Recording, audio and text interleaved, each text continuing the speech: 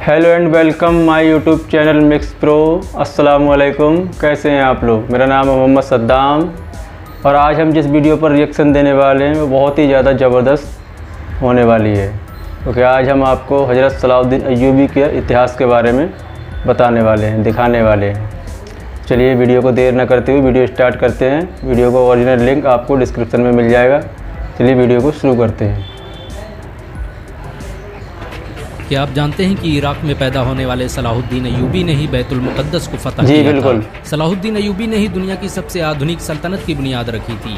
उनके जरिए स्थापित की गई अय्यूबी सल्तनत ने 100 सालों तक आधी दुनिया पर राज किया। इस सल्तनत की सरहदें मिस्र से लेकर सीरिया, तुर्की, यमन, हिजाज और अफ्रीका तक फैली हुई थी। सलाहुद्दीन अय्यूबी दुनिया का पहला हुक्मरान था जिसने सबसे ज्यादा अस्पतालों और स्कूलों का निर्माण करवाया। उनके जरिए बनाए गए अस्पतालों में दुनिया के सबसे बेहतरीन डॉक्टर काम करते थे। आपको ये जानकर शायद हैरानी हो कि दुनिया का पहला शिक्षा बजट सलाहुद्दीन अय्यूबी ने ही पेश किया था। उन्होंने छात्रों के रहने के लिए हॉस्टल और कैंटीन बनाने की जिस परंपरा की शुरुआत की उसे आज पूरी दुनिया में इस्तेमाल किया जाता है। सलाहुद्दीन अय्यूबी ने कभी जनता का पैसा खुद पर खर्च नहीं किया, यहाँ तक कि उन्होंने अपनी जिंदगी में कभी रेशमी कपड़े नहीं पहने। इतनी बड़ी सल्तनत का मालिक होने के बावजूद सुल्तान सलाहुद्दीन अय्यूबी ने अपनी पूरी जिंदगी एक टेंट में गुजारी दी। सुल्तान सलाहुद्दीन अय्यूबी को इतिहास का सबसे न्यायप्रिय बादशाह कहा जाता है। उनके दरबार में हर इंसान को आने की इजाजत थी। सलाहुद्दीन अय्यूबी ने सप्ताह में 2 बार जनता दरबार लगाने की जिस परंपरा की शुरुआत की उसे आज बहुत से देशों में इस्तेमाल किया जाता है। सलाहुद्दीन अय्यूबी की इंसाफ पसंदी का ये आलम था कि यहूदी और ईसाई भी अपने फैसलों के लिए उनके दरबार आते थे। सुल्तान सलाहुद्दीन अय्यूबी के दौर में मिस्र दुनिया के सबसे अमीर शहरों में से एक था। उनकी हुकूमत में काहिरा और दमिश्क के अस्पतालों में दुनिया भर से लोग इलाज के लिए आते थे। दुनिया के मशहूर वैज्ञानिक एडलॉर्ड ने साइंस की शिक्षा मिस्र और सीरिया में हासिल की थी। आपको ये जानकर शायद हैरानी हो कि सलाहुद्दीन अय्यूबी के जरिए स्थापित की गई सल्तनत अय्यूबिया में ही आंखों के इलाज पर सबसे ज्यादा रिसर्च की गई। मोतियाबिंद का सबसे बेहतरीन इलाज मिस्र में ही खोजा गया था। सलाहुद्दीन अय्यूबी की सल्तनत में रहने वाले इब्न अल बैतार ने 300 से अधिक दवाओं की खोज की। उसकी लिखी किताब अल मुगन्नी और किताब अल जामी को 17वीं सदी ईस्वी तक ऑक्सफोर्ड जैसी यूनिवर्सिटियों में पढ़ाया जाता रहा। आपको ये जानकर शायद हैरानी हो कि सलाहुद्दीन अय्यूबी मिस्र और सीरिया के पहले सुल्तान थे। उन्हें इस्लाम का घोषित खलीफा भी कहा जाता था। बहुत कम लोग जानते हैं कि सलाहुद्दीन अय्यूबी ने ही बैतुल मुक़द्दस को फतह किया था। उन्होंने ही 1187 ईस्वी में सलीबियों को शिकस्त देकर मस्जिद अक्सा को आजाद करवाया था। सलाहुद्दीन अय्यूबी ने मस्जिद अक्सा को फतह करने के लिए 16 जंगें लड़ी। वो हर जंग में एक मेहराब अपने साथ रखते थे ताकि जब बैतुल मुक़द्दस फतह हो तो उस मेहराब को अपने हाथों से मस्जिद अक्सा में लगा सके। 1187 ईस्वी में जब उन्होंने बैतुल मुक़द्दस को फतह किया तो ये मेहराब उन्हीं के हाथों मस्जिद अक्सा में नस्ब किया गया। दुनिया भर के खजानों के मालिक और आधी दुनिया पर हुकूमत करने वाले सुल्तान सलाहुद्दीन अय्यूबी के पास इतना भी पैसा नहीं था कि वो ज़कात अदा कर सके। वो अपनी सारी दौलत गरीबों और मिस्कीनों पर खर्च कर देते थे।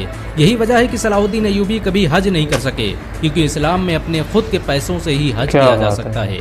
सलाहुद्दीन अय्यूबी ने दुनिया की सबसे खतरनाक जंगें लड़ी। उन्होंने दुनिया की सबसे बड़ी सलीबी फौज को शिकस्त दी। इस फौज की ताकत का अंदाजा इसी बात से लगाया जा सकता है कि इसमें दुनिया भर के 6 लाख ईसाई शामिल हुए थे। यहाँ तक कि यहूदियों का एक बड़ा गिरोह भी सलीबियों की मदद कर रहा था। सलाहुद्दीन अय्यूबी शुरुआती दिनों में नूरुद्दीन जंगी के फौजी कमांडर थे, लेकिन 1164 ईस्वी में जब उन्होंने मिस्र को फतह किया तो नूरुद्दीन जंगी ने उन्हें मिस्र का शासक बना दिया और फिर सलाहुद्दीन अय्यूबी की सल्तनत का दायरा फैलता ही चला गया।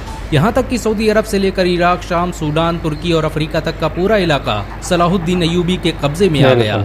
सुल्तान सलाहुद्दीन अय्यूबी ने सलीबियों से लगातार 12 सालों तक जंग लड़ी। उन्होंने जंग हित्तीन में अपने 12,000 सिपाहियों की मदद से सलीबियों के 63,000 के लश्कर को खाक में मिला दिया। सलाहुद्दीन अय्यूबी की इंसाफ पसंदी के दुश्मन भी कायल थे। उन्होंने बैतुल मुक़द्दस को फतह करते ही ईसाइयों और यहूदियों के लिए माफी का ऐलान कर दिया। उन्होंने ईसाइयों को न सिर्फ बैतुल मुक़द्दस की जियारत की इजाजत दी बल्कि उनके लिए खाने पीने और रहने तक का इंतजाम किया। सलाहुद्दीन अय्यूबी के इस इखलाक से यहूदी और ईसाई इतना प्रभावित हुए कि उन्होंने इस्लाम कबूल कर लिया। सलाहुद्दीन अय्यूबी के होते हुए किसी में मुसलमानों की तरफ आंख उठाने की हिम्मत न थी। यरूशलेम के बादशाह के भाई ने जब मुस्लिम हाजियों के काफिलों को लूटा तो सुल्तान सलाहुद्दीन अय्यूबी ने उसे सरेआम कत्ल कर दिया। सलाहुद्दीन अय्यूबी के जरिए आजाद करवाए गए बैतुल मुक़द्दस पर मुसलमानों ने 750 साल हुकूमत की। लेकिन 1948 में अमेरिका, ब्रिटेन और फ्रांस ने मिलकर फिलिस्तीन में एक यहूदी देश इजराइल की स्थापना कर दी और बैतुल मुकद्दस के आधे हिस्से पर यहूदियों ने कब्जा कर लिया। 1967 में होने वाली अरब और इजराइल जंग में बाकी हिस्सा भी यहूदियों के कब्जे में चला गया। बैतुल मुकद्दस मुसलमानों का किबला अव्वल था। मुसलमान पहले इसी की तरफ मुंह करके नमाज पढ़ते थे। हजरत मोहम्मद सल्लल्लाहु अलैहि वसल्लम ने यहीं से मेराज का सफर तय किया था और मस्जिद अक्सा में ही तमाम नबियों की इमामत की थी। सलाहुद्दीन अय्यूबी ने अपनी पूरी जिंदगी मैदान जंग में गुजार दी। उन्होंने 100 से अधिक जंगें लड़ी और ज्यादातर में फतह हासिल की। बहुत कम लोग जानते हैं कि सलाहुद्दीन अय्यूबी हाफिज कुरान भी थे। उन्होंने मात्र 15 साल की उम्र में ही कुरान हिफ्ज कर लिया था। सलाहुद्दीन अय्यूबी इराक के शहर तकरीत में पैदा हुए थे। ये वही शहर था जहां बाद में सद्दाम हुसैन जैसा शेर पैदा हुआ। सलाहुद्दीन अय्यूबी को इस्लामी इतिहास का हीरो कहा जाता है। मुसलमान सलाहुद्दीन अय्यूबी को आज भी इज्जत की नजरों से देखते हैं। अगर एक मुसलमान होने के नाते आपको गर्व महसूस हुआ हो तो इस वीडियो को लाइक और शेयर जरूर करें। ऐसी और वीडियो को देखने के लिए हमारे चैनल को सब्सक्राइब करें। क्या बात है, बहुत अच्छी जानकारी है और हमें अपने बुजुर्गों के बारे में बहुत जानना भी बहुत ज़रूरी है, क्योंकि आज का मुसलमान अपने बहादुर बुजुर्गों को इतिहास को बिल्कुल भूल बैठा है और नए नए तौर तरीक़ों को अपनाकर अपनी ज़िंदगी खुद बर्बाद कर ली है। अब ऐसे देखिए सलाहुद्दीन अय्यूबी, हज़रत सलाहुद्दीन अय्यूबी के लिए जिन्होंने मुसलमानों की खातिर हमेशा मुसलमानों की खातिर ही लड़े और मुसलमानों की खातिर ही जिए, और उनके लिए आज बहुत ही कम लोग, कुछ लोग जानते हैं, कुछ नहीं भी जानते हैं। तो ऐसा माहौल है आज के ज़माने में।